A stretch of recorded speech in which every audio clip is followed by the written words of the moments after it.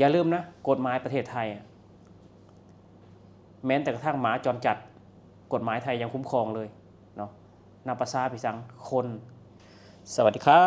บสวัสดีครับพ่อแม่พี่น้อง FC ไทยลาวเมื่อสุขุสุคนมื้อนี้ก็มาพบมาพ่อก็บ่าวต้นอีกแล้วทุกคนเนาะคือมื้อนี้บ่าวต้นเลื่อนไปเห็นคลิปหนึ่งของหนุ่มลาวเนาะของหนุ่มลาวคนหนึ่งที่ออกมาเตือนคนลาวด้วยกันเนาะที่ออกมาเตือนคนลาวด้วยกันที่ทำงานอยู่ในประเทศไทยเนาะให้ระวังคนไทยพี่น้องให้ระวังคนไทยสิ่งที่หนุ่มลาวคนนี้ออกมาเตือนถ้าเตือนคนลาวโดยกันมันเป็นการดีแต่ว่ามีคำเว้าบางสิ่งบางอย่างที่เบาต้นฟังแล้วก็คือแบบมันบ่ถูกต้องเนาะที่ออกมาเตือนแบบนี้มันบ่ถูกต้องทุกคนเบาต้นอยากให้พี่ให้น้องไปเบิ่งคลิปนำกันทุกคนไปเบิ่งคลิปนำกันว่าพี่น้องคนลาวคนไทยคิดเห็นแบบเบาต้นบ่ว่าสิ่งที่เขาเว้าบางอย่างมันบ่ถูกเนาะมันบ่ถูกยกตัวอย่างว่าเฮาเป็นคนลาวมาทำงานในประเทศไทยคนไทยสิเฮ็ดหยังเฮาก็ได้บ่ต้นบอกเลยว่าบ่ต้นบ่เชื่อแบบนั้นคนไทยเขามีเหตุผลถ้าว่าเฮาบ่สร้างความเดือดร้อนเฮาบ่สร้างความรำคาญเฮาบ่ก่อความวุ่นวายในสังคมไทยบ่ต้นเชื่อเลยว่าคนไทยเขาเจ้ามีเหตุและผลพอเนาะบ่แม่นว่าเฮาสิมาทำเฮาเป็นแรงงานต่างดาวมาอยู่ประเทศไทยบ่สร้างความเดือดร้อนบ่สร้างความรำคาญและเขาสิมาทำลายเฮาอันนี้คือเป็นคำเว้าที่บ่ถูกนะทุกคนเนาะเป็นคำเว้าที่บ่ถูกบ่ต้นอยากให้พี่ให้น้องไปเบิ่งคลิปนำกันแล้วก็มาคุยกันต่อทุกคนนี่ทุกคนคลิปนี้อยากจะมาเตือนคนลาวเนาะที่กำลังทำงานอยู่เมืองไทยอยู่เนาะก็คือเหตุการณ์นี้เนาะเกิดประมาณ2 มื้อก่อนนี่แหละอยู่ที่ Imperial สำโรงเนาะอยู่แถวสำโรงสมุทรปราการวัยรุ่นเขมรถือคนไทยตบหน้าย้อนเหตุผลของฝั่งไทยก็คือไปสร้างความวุ่นวายไปก่อกวนคนไทยเนาะก็คือเหตุผลง่ายๆก็คือมันสิฟีลประมาณแบบยุโรปอังกฤษจังซี่นะคนในยุโรปเขาก็มีปัญหาเนาะต่างดาวเขาไปในประเทศเขาแล้วก็ไปก่อความวุ่นวายเนาะใส่ทรัพยากรของประเทศเขาประเทศอังกฤษจังซี่ประเทศยุโรปแล้วมันเฮ็ดให้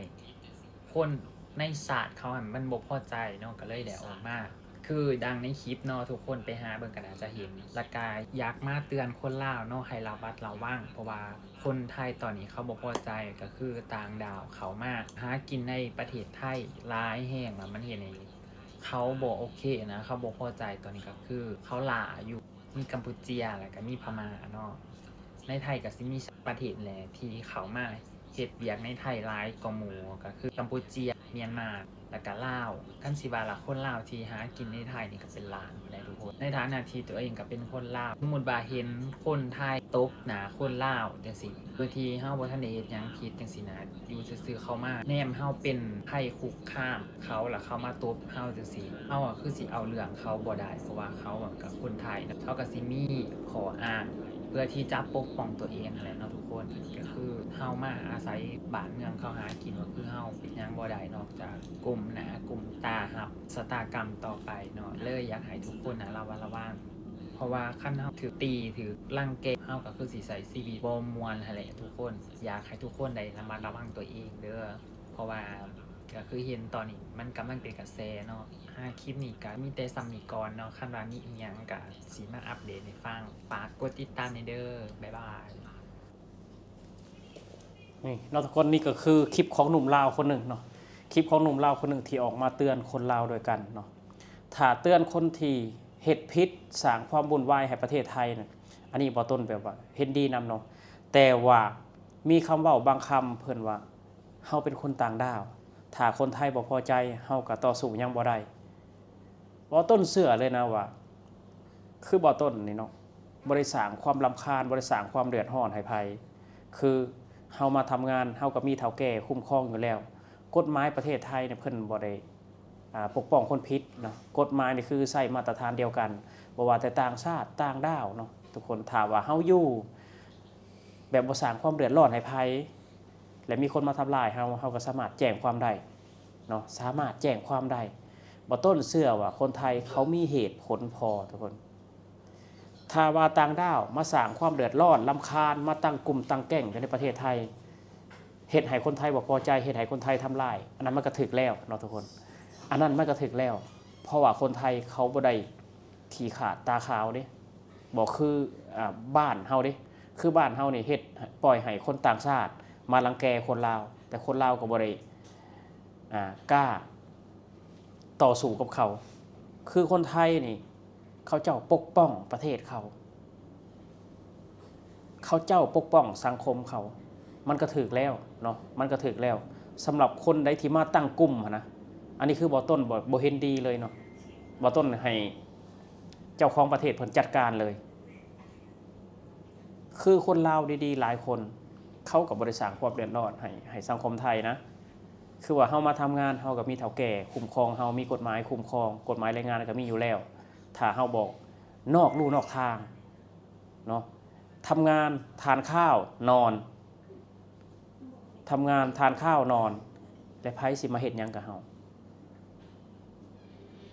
คนดีผีคุ้มเนาะคนดีผีคนก็คุ้มเหมือนกันทุกคนอาจจะพวกที่ตั้งกลุ่มนักเลงอันธพาลทำเป็นตัวเองเป็นแบบเรียนแบบเด็กช่างเนาะคือกลุ่มคนลาวเฮาก็ได้กลุ่มเมียนมาก็มีกลุ่มเนาะกลุ่มเขมรก็มีกลุ่มเฮ็ดให้สังคมไทยเดือดร้อนเฮ็ดให้สังคมไทยแบบว่าคนสัญจรไปมาคนทำมาหากินย่านกลัวเพราะฉะนั้นแล้วคนไทยเพิ่นปกป้องคนไทยปกป้องพื้นแผ่นดินไทยเนาะบ่แม่นเฮาสิมาทำงานแล้วเฮาสิมาสร้างความเดือดร้อนรำคาญให้เขาบ่ได้แบบนั้นทุกคนเนาะสิ่งที่หนุ่มเล่าคนนี้ออกมาเตือนก็มันบ่ถูกเนาะที่เว้าแบบนั้นมันบ่ถูกบ่ต้นเชื่อเลยว่ามันเว้าบ่ถูกเนาะเตือนบ่ถูกคนดีน่ะเขาคุ้มครองอยู่แล้วเนาะถ้าเฮาเป็นคนดีเห็นนะคนไทยนี่แหละสิคุ้มครองเฮาบ่ต้นเชื่อว่าจังซั่นถ้าว่าเป็นคนบ่ดีสร้างกลุ่มสร้างแก๊งไผสิอยากให้อยู่ในประเทศก็ฮู้อย่าเฮามาทำงานประเทศไทยทุกคนเฮามาทำงานบ่แม่นเฮามาสร้างความเดือดร้อนเฮาก็ต้องทำตัวดีคนไทยเขาก็ฮักเฮาคนไทยเขาก็คุ้มครองเฮาเฒ่าแก่ก็คุ้มครองเฮากฎหมายไทยก็คุ้มครองเฮาถ้าเราเป็นคนดีอย่าลืมนะกฎหมายประเทศไทยแม้แต่กระทั่งหมาจรจัดกฎหมายไทยยังคุ้มครองเลยเนาะนับประสาพี่สังคนบ่ว่าเจ้าสิมาจากประเทศใดถ้าเจ้าถูกรังแกถ้าเจ้าเป็นคนดีกฎหมายไทยก็พร้อมจะคุ้มครองสังคมไทยก็พร้อมจะให้อภัยสังคมไทยก็พร้อมที่จะดูแลเจ้าบ่ต้นเชื่อแบบนี้เนาะ